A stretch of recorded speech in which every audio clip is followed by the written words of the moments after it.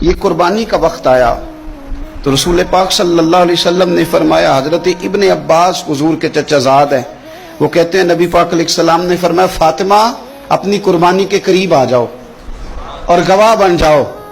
فرمایا اس کے خون کا قطرہ زمین پہ بعد میں گرتا ہے، اللہ قربانی کرنے والے کے سارے گناہ پہلے معاف فرما دیتا ہے۔